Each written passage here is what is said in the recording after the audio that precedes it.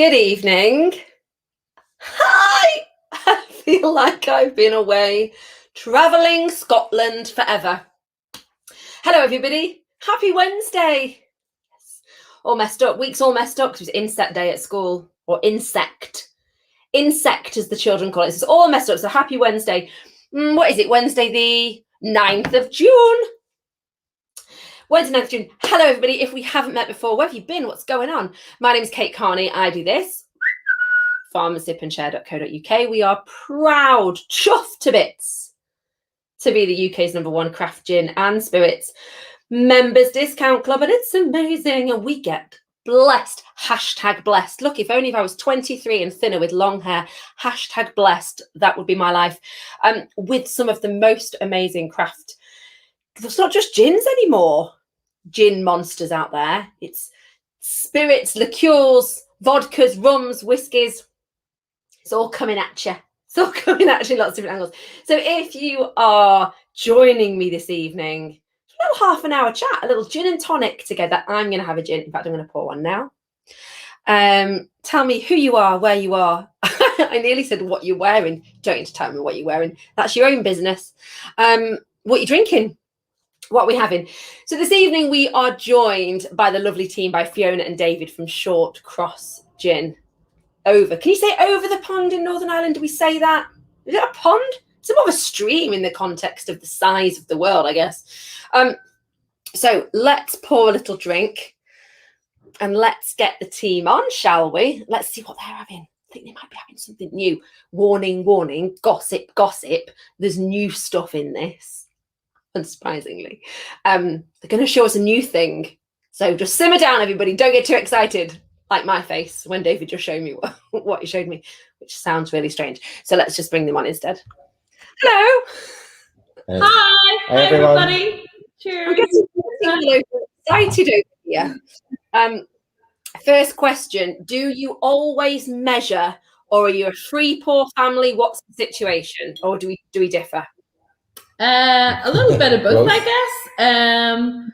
Really depends on the night of the week, I guess, doesn't it? Does it? Whether it's I haven't learned that one yet, so I'll just do a little one. Yeah, there you go. That's fine. Didn't come out too fast.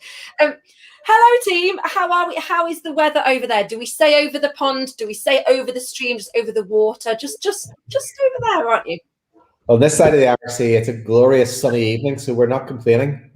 Oh, nice. So we're currently at home. We're not locked in a still. We're not surrounded by botanicals. We're in our home. We're comfortable. We're happy. We've got a gin and tonic. We've had Wi-Fi issues today at the distillery, so we decided that we would do it from home. You can probably hear the birds in the background tweeting because we live in the forest. Oh, nice. So, well, is that a better sound than the sound of a still? David, do an impression of the still. Does it make much noise? I'm not going to embarrass myself too much. But the other reason is it's far too hot in the still house. It was 33 degrees today, so it was nice just to get home into something a little bit cooler.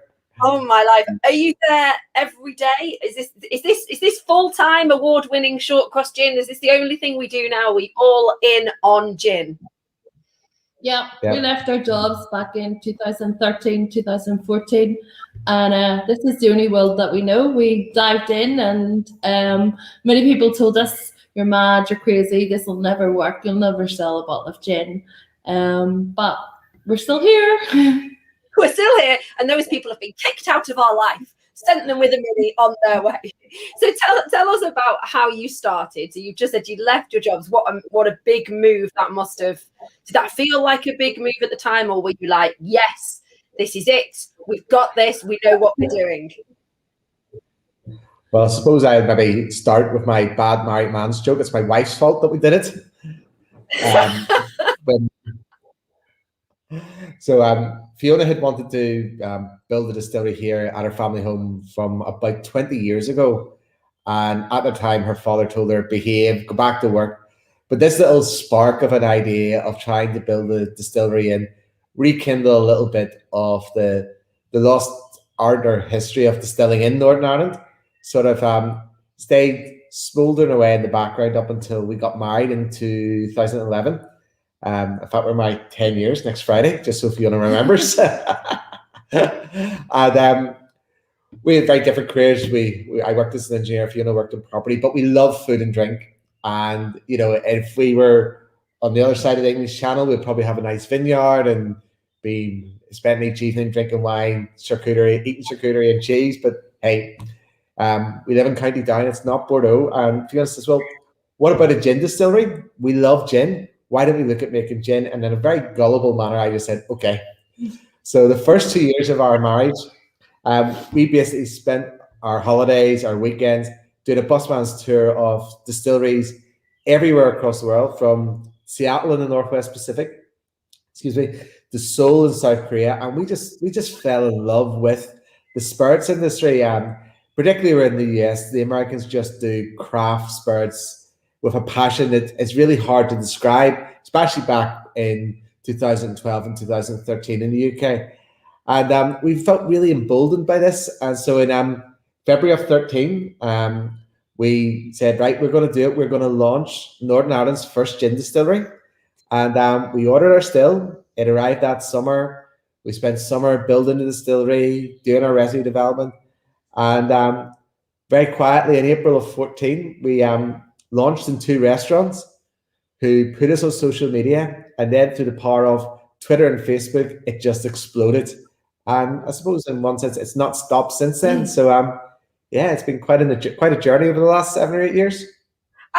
Can I just say, I really like the beginning part of this, especially where Fiona, it sounds like Fiona was never allowed to look at or drink alcohol until the point she went, right, well, fine. You're not going to let me go near it. I'm going to go make it myself now. Well, good Catholic upbringing and all that, Although this is what it resorts you to, having an incredibly successful distillery. Fine, I'm off to church. off you go, kids. So it's been 2014 that you kind of launched. And how many products did you launch with? Like, what have we got? Because I've got your range here, or some of your range here. What did you start with? Was this first?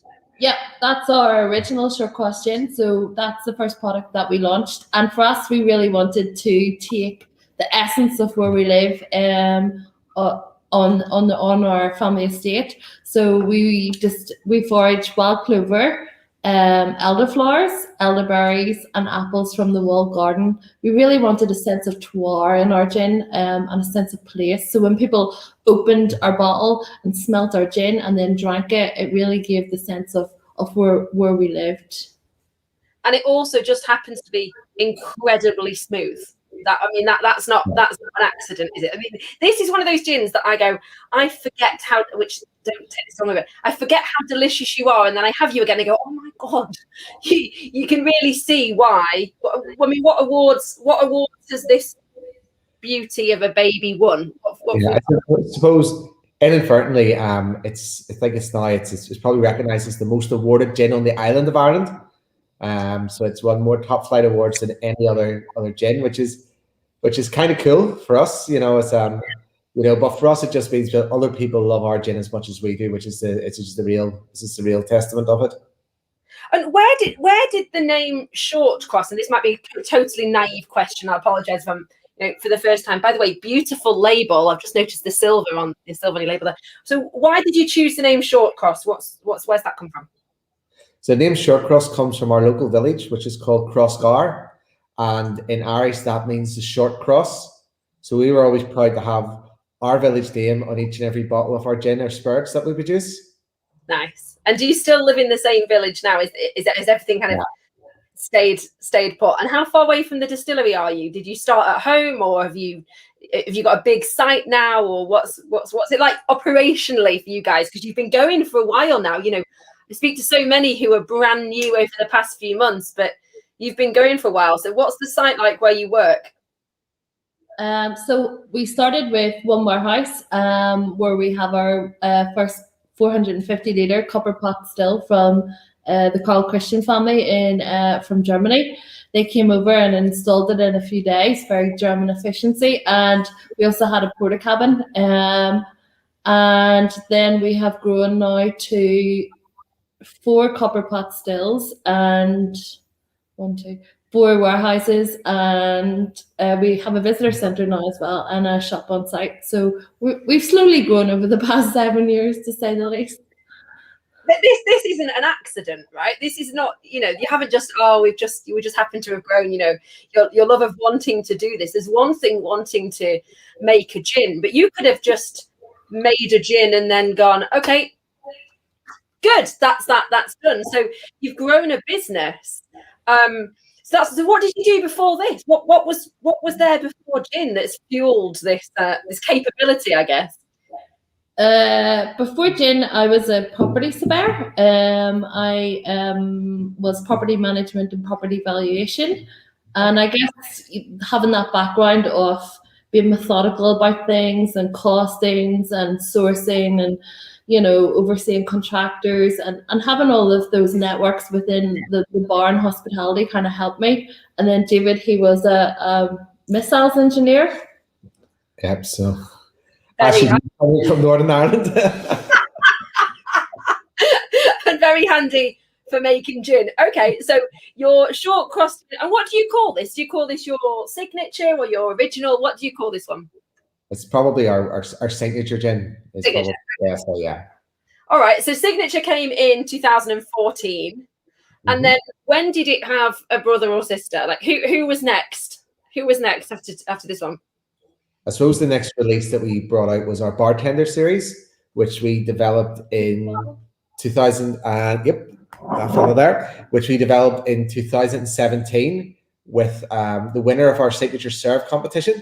So if you want to see a little bit about the inspiration of this gin, if you dial into our YouTube channel, you'll be able to see the fantastic video of all the different bartender serves that were created at our fantastic visitor center. Wow. This gin we developed with a chap called Alan Glynn, and his winning cocktail was a twist on a clover club. So we wanted to create a gin that made the perfect clover club. So for this recipe, we actually took apples and pears from the walled garden, blackberries from the forest at the distillery, and we infused that with fresh grapefruit. This creates quite a fruity, quite a citrus-led gin. It just has this lovely creamy lemon sherbet finish.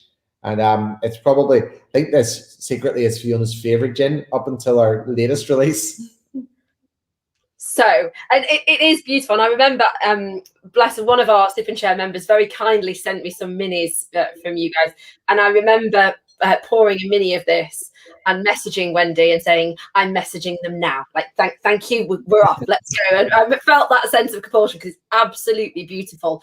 But you also have, before we talk about the new one, the new child, the gin child that has been born, tell us a bit about this one.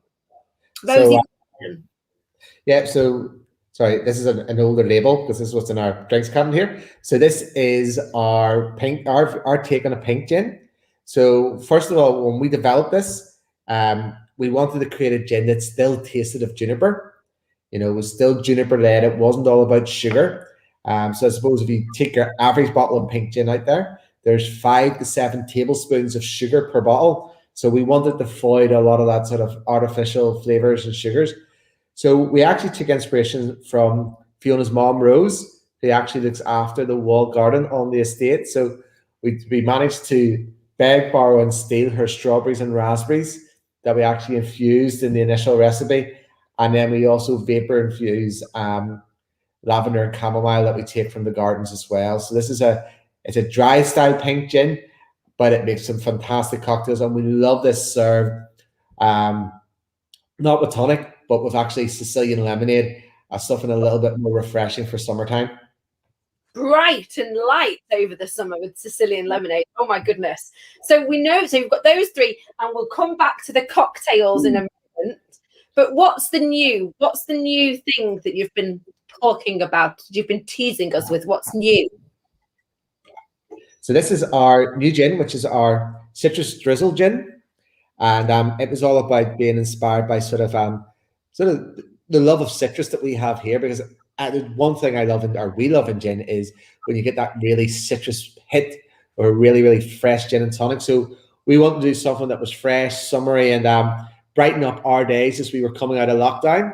So with this recipe, we really dial up the citrus. We use a lot of grapefruit, both in the pot, and also we vapor infuse loads of fresh grapefruit to really, really create a really zingy, summery, fresh gin.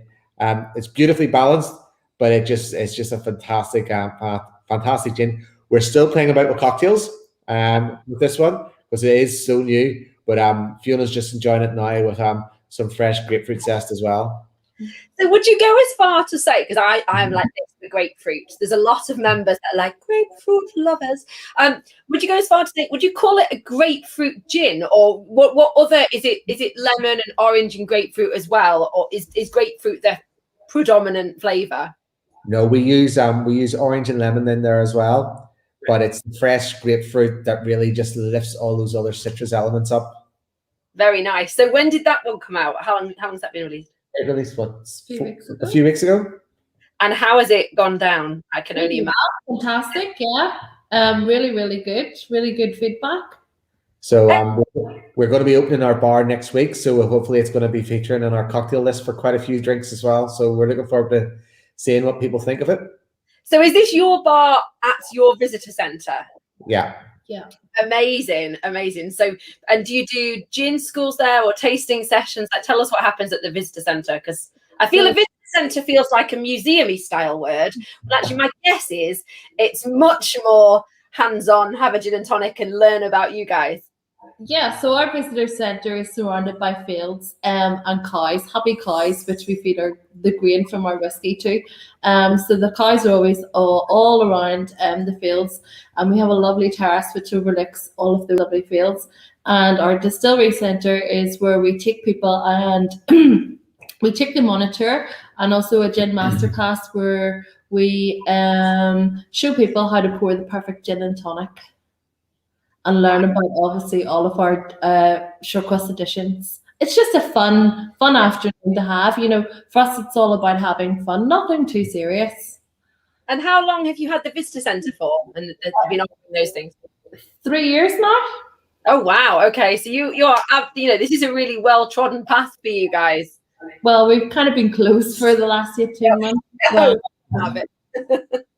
So you've mentioned cocktails a few times. Are cocktails something that you guys drink, they're particularly close to your heart, you like doing? Because some people just think cocktails are an afterthought, but you've made an entire range of pre-mixed cocktails and you've referenced them a few times there. So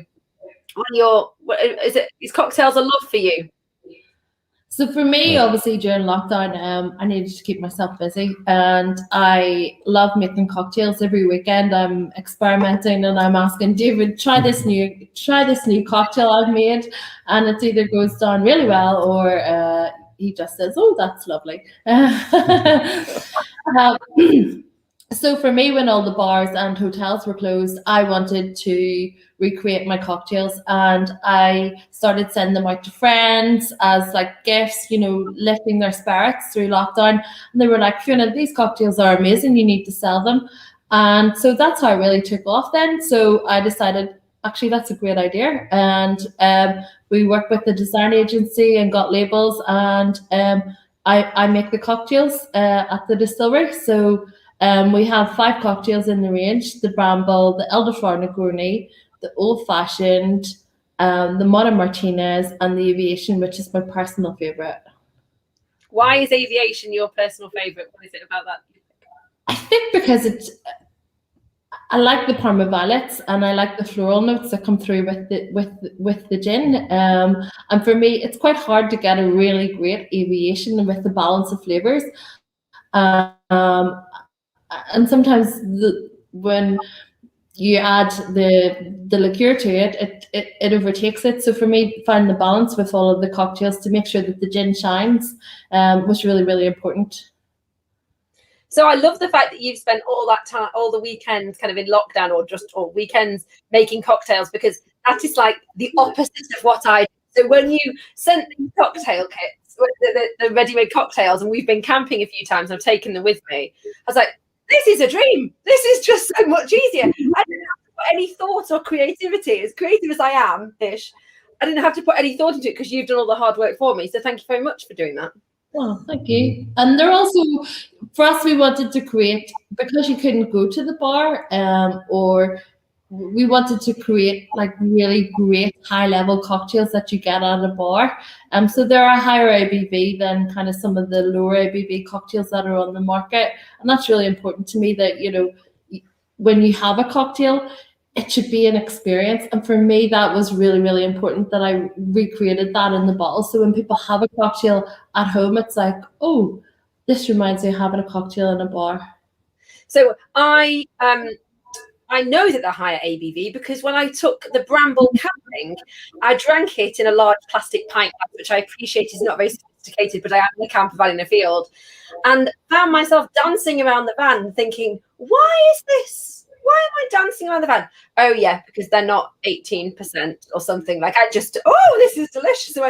Yeah. So very much in the proper cocktail situation. Aren't they about 30, like 29% or 30% or something?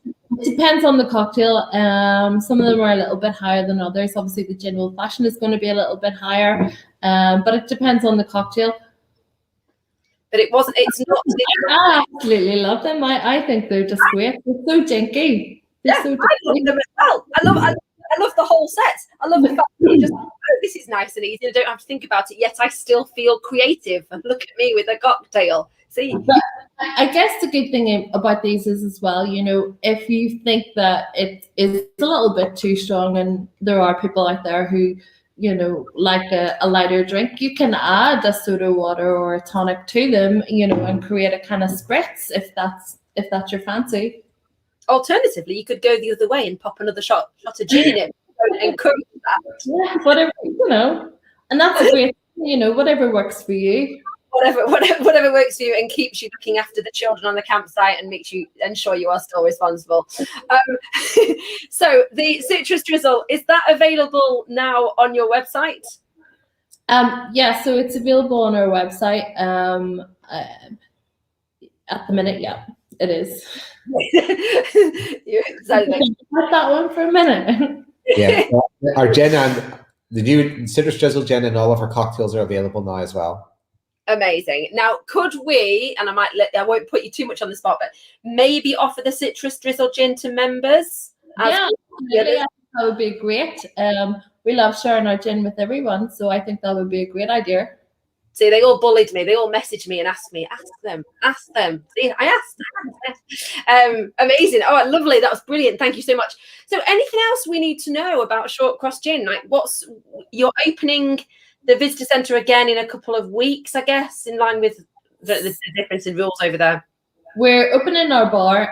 We're not quite ready for tours just yet. We're still working our way through how we facilitate people in the distillery, because our distillery, just with the space and the equipment and things like that there, so we've got a little bit of work to do there. But our visitor centre is opening next Thursday for cocktails on the terrace, and we're really looking forward to welcoming everybody back. It's been too long. We can't wait to welcome everybody back.